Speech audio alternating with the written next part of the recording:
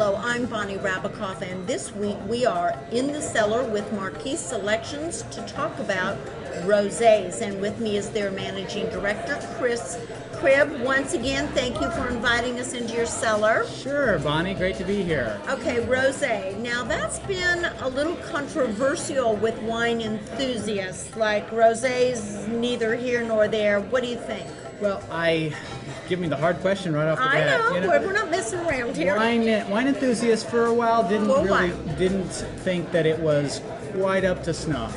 You know, it was a very easy drinking wine, and not very many serious winemakers would make a rosé. What's changed? What's changed in the last probably 15 years?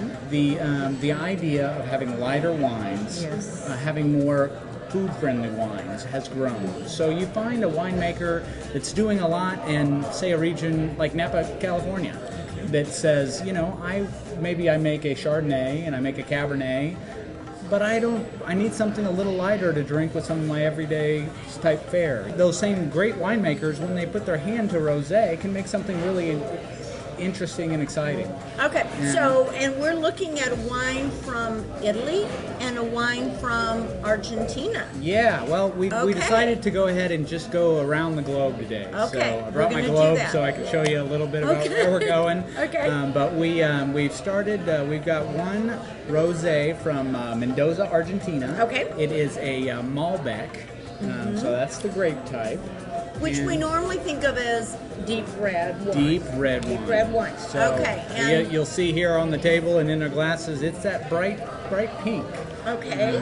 So that then. What are we gonna? And what's the other one? And the other wine that we brought out is a Grignolinio, which is a grape type you probably never tasted, and no, I have a lot not. of people never have heard of. Right.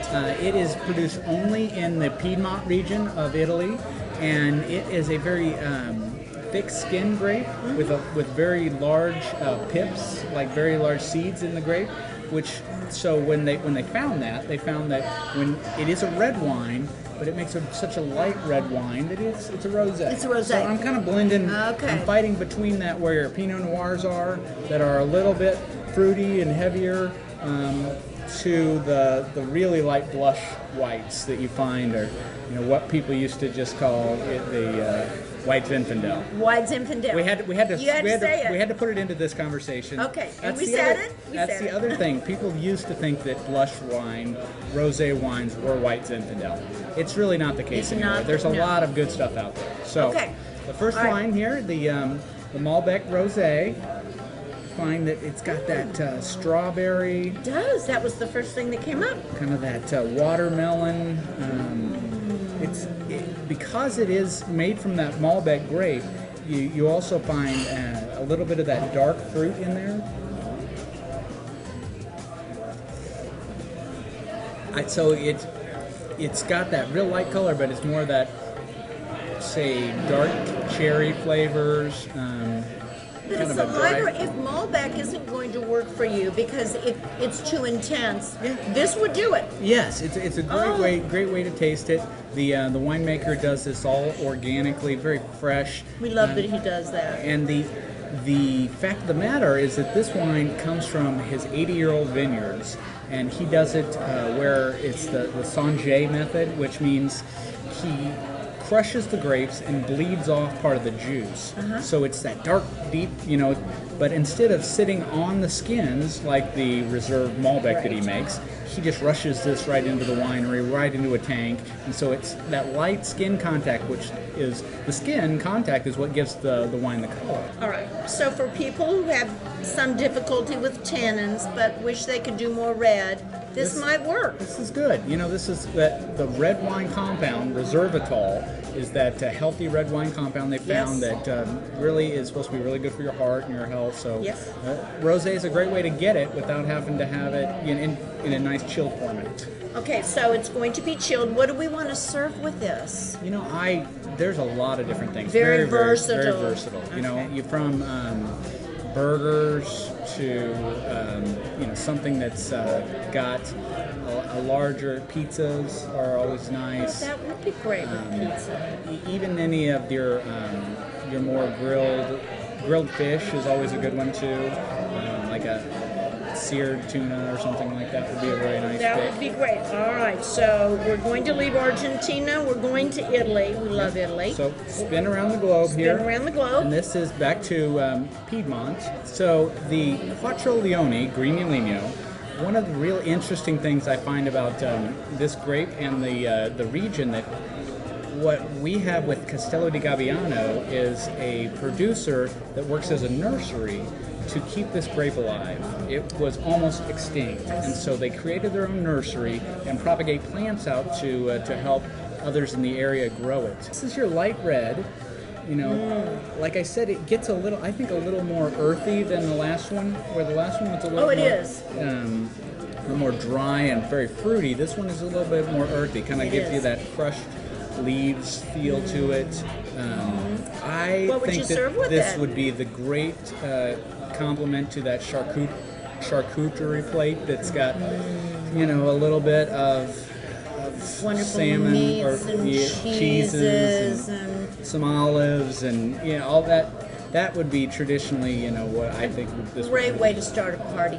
Absolutely. Sitting around a charcuterie a tray with this. With a nice glass of Grignolinio. We appreciate that you travel all over the world and handpick these vineyards that we're really not familiar with, and these grape varietals we're not familiar with, to make a portfolio that is definitely unique and award-winning. How do you go about becoming award-winning? Well, it starts by finding items that are different from the rest. You know, when we looked at the idea of what we were wanting to do for rosé, for example, these are our two largest selling rosés. In the future, we'll probably have some more, but we're not going to go out and buy White Zin. You know, we take time to hand select unique vineyards, unique regions of the world, and then we do a blind tasting against the competition to ensure that they're more successful and beat out the competition. And Wine Spectator agrees with your selections because you have won some very impressive awards from them. How can we learn more about where these wines are? Where do we go to find them? The best place to go is just like you go when you're out shopping for a house these days. Go online. You know, start out at www.marquee.com. MARQUEE.com. Yeah. We've got a nice website that's got all of our wines in the portfolio. It's got information about who the producers are, the vineyards, as well as some tools on there to be able to find local retailers and restaurants that are selling them, and our online seller as well. So. Okay, and also if we prefer the phone, what would that number be? Sure, 1-888-MARQUEE 627-7833. Well, thank you. Wine sometimes feels overwhelming to us when it comes to decision making, and you've gone a long way to help us be more informed about how and what to be. At the end of the day, Bonnie, I think that the best lesson we can have from this rosé is that rosé is not White Zinfandel. Nope. And there's some really good values out there. And wonderful flavors. All you have to do is have a good friend in the wine business tell you where to go. That would be you. Next week we are going to be in the cellar to explore wines that bubble. Until then, to your health. Cheers. Cheers.